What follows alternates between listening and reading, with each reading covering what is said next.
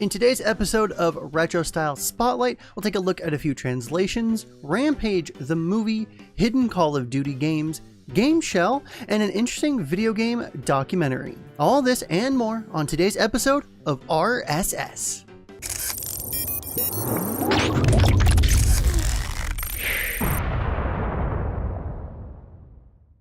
Thank you to all my patrons who are helping make this show a reality. If you'd like to help support me do this and many other ventures, then check out the various ways that you can pledge and help in the links below. Being a solo creator on their own, every dollar matters. Speaking of which, a special thank you to my patrons at the producer level role and above: Alex Dubois, Gregory Contoy, Karen Storms, Draconis, Twistar, and EXO. Thank you all very much, and thank you to everyone else who is credited in the description below. In this week's Emulator Roundup, Retroarch has updated to 1.6.9 and has a 1.7.0 roadmap available on their blog right now. 1.6.9 has several fixes and enhancements in place, like usual, including CHD support for the built-in ROM scanner, leaderboard and Unicode support for retro achievements in Windows, kiosk mode, and input enhancements. The roadmap is also an interesting read, not something that they do very often, but chock full of interesting tidbits nonetheless. Targeting older versions of OpenGL, OG and Xbox 360 support is coming back, supporting more versions of Direct3D, primarily older versions, and supporting a wider range of hardware and platforms like Windows 95, the NES and SNES Classic, GCW0, and the Steam Link. All of the details are in the 2 blog posts, which you can find in the description below. In the Romhack Report this week, I've got 3 translations to show you. Sute Hakun is a cute but deceptively hard puzzle game that only came out for the Super Famicom in 1997, which is probably why it was never even considered for a Western release. There are several SentaiBlue versions of this game, but this is the cartridge version. Besides a few grammar errors, the translation is 100% done and uploaded by Raccoon Sam.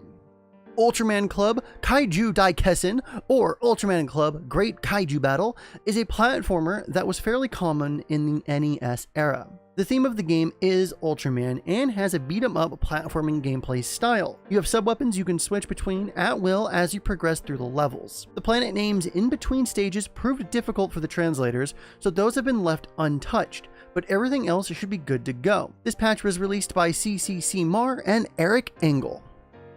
A patch that I am extremely excited for is for the game Shin Megami Tensei Nocturne. Nocturne saw a total of 3 different releases in Japan: Shin Megami Tensei 3 Nocturne, which was the initial release, Nocturne Maniacs, which added additional content including Dante from Devil May Cry, and lastly Nocturne Maniacs Chronicle Edition, which was the same as Maniacs, only it replaced Dante with Raidu and Goto from Devil Summoner. Despite the above releases, the rest of the world only received the Maniacs version of the game, titled Shin Megami Tensei Nocturne in the US and Shin Megami Tensei Lucifer's Call in Europe. This translates the Chronicles edition of Shin Megami Tensei 3 into English. The translation is 100% complete, and at present there are no known issues with this patch. Future updates will offer any bug fixing necessary should issues crop up, as well as the possibility of adding new content in optional addendum patches. This patch was released by Christian Time, and all 3 can be found linked in the description below. Technically speaking, this does belong in the Romhack Report, but because of how this came about, it also deserves its own story. The original Sonic 3D Blast director has done something really cool with the game, and that is giving it a Director's Cut or DX patch to enhance the original game. It attempts to solve long-standing issues affecting gameplay, as well as adding new features and gameplay modes. The websites linked are a bit confusing, and I couldn't find any concrete download links to the patch directly, but that is where the information is currently housed. If you're curious, check out the trailers and read the site. Personally, I don't recall there ever being a scenario where the director went back and updated a game that was this old on a home console, effectively making a ROM hack to update their game. That's some damn dedication right there. Video game movies generally suck, and chances are the new Rampage movie will be no exception. I have some opposing thoughts on this one though. On one hand, generally these movies fail because trying to adapt game plots can be sort of insane and all over the place. Either there's too much to go through and it feels rushed, or so much is changed to the plot that it doesn't resemble why we loved the game to begin with. That's part of the reason why I feel they chose a game with very little plot, so they could insert their own backstory into the game's universe, and why I think that Rampage actually has a chance to succeed, albeit small. Now don't get me wrong, the movie can still be very bad. We won't know for a while, but at the very least, if the story is well thought out and doesn't just placate the nostalgia that people might have for the series, then it does stand somewhat of a chance. Again, albeit small. In-game, a lot of games didn't have a plot once you started back then, but rather included background and tidbits in the manual. Personally, that's how I am viewing this. This movie is the Rampage manual that sort of explains what's going on. The movie will be out April 2018 and stars Dwayne "The Rock" Johnson, cause he's in freaking everything and is generally pretty good at it. We've seen some awesome minified emulation machines before, with Raspberry Pis shoved inside of them. Well, now someone's shoved a Pi 0W inside of a Dreamcast VMU. A user by the name of Kite shoved the tiny system on a chip into this unit. Having a D-pad and 4 face buttons, that makes it suitable to playing games from consoles with less than 4 buttons. Well, personally, I consider this nothing more than an extreme oddity, as the very tiny screen and poor controls are somewhat of a turnoff for me. I still have to show this off and applaud Kite for something out of the box. If you'd like to build one yourself, obviously here's the inspiration, but Kite is also planning on selling a kit of this at a later date, so keep your eyes peeled. I never thought I would ever talk about Call of Duty on this show, and why the hell would I ever, right? Maybe I could find a story about the original Call of Duty. That's almost retro now, isn't it? But this is actually about the latest Call of Duty, World War II. Apparently, there's a social space in the game where you can play old Activision games from the 80s in this Activision published title. While a side attraction, it's kind of cool to see a younger generation get shown these old Atari games that Activision made some 35 years ago. It's a small bit in the overarching game, but I still think that it's really awesome.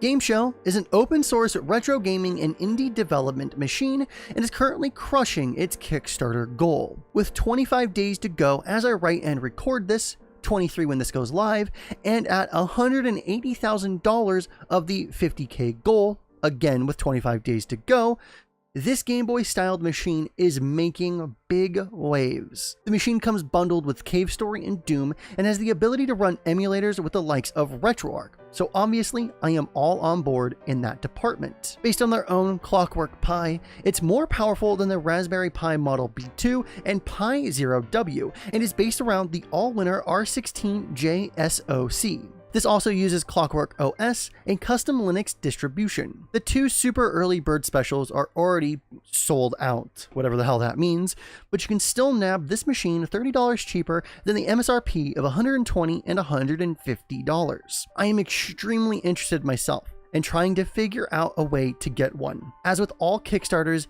be wary, as there could always be something that comes up and could result in a refund or lack of a product with no refund. It's a risk you take with any Kickstarter campaign. However, check it out in the links below if you are still curious like I am. A game I showed off a few times now, Tower 57, is now available on Steam. Tower 57 is a fast-paced neo-retro shooter where cooperation is as important as your ammo capacity. As a member of an extraordinary task force, fight your way through a diesel punk mega tower and uncover its hidden secrets. Available for $12, I highly suggest this title, so go pick it up right now. In today's big story, I want to showcase a documentary that I came across titled Brazil's Video Game Gray Markets. It's been well known for quite some time now that Brazil has extremely high import tariffs on goods, and as a result, products are often much more expensive. It's not uncommon for Brazilians on vacation to purchase a bunch of video game merchandise overseas and bring it back with them, as the trip and luggage could conceivably be much cheaper. Some companies will put plants in the country of Brazil to counteract this, but that is not always feasible or profitable. More often than not, licensed or pirate consoles are very common. As a result of this, older generations are much more popular over there due to their low cost. The Sega Master System and Genesis both come to mind, still being very popular over there. Games are still made brand new just for that market by developers, and there are even questionable remakes and ports that are only created to serve this market.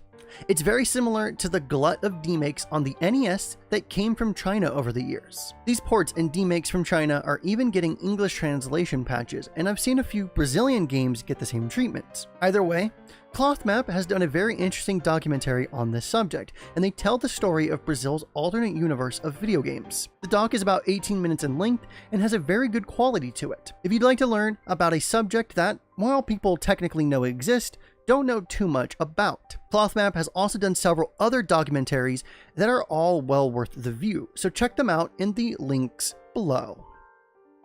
So that was Retro Style Spotlight episode 12. Most everything that you heard about in this episode can be found in the links below.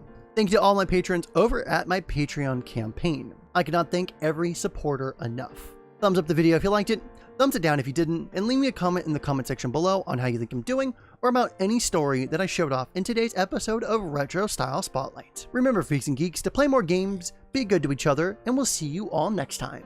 Have a good day. Take a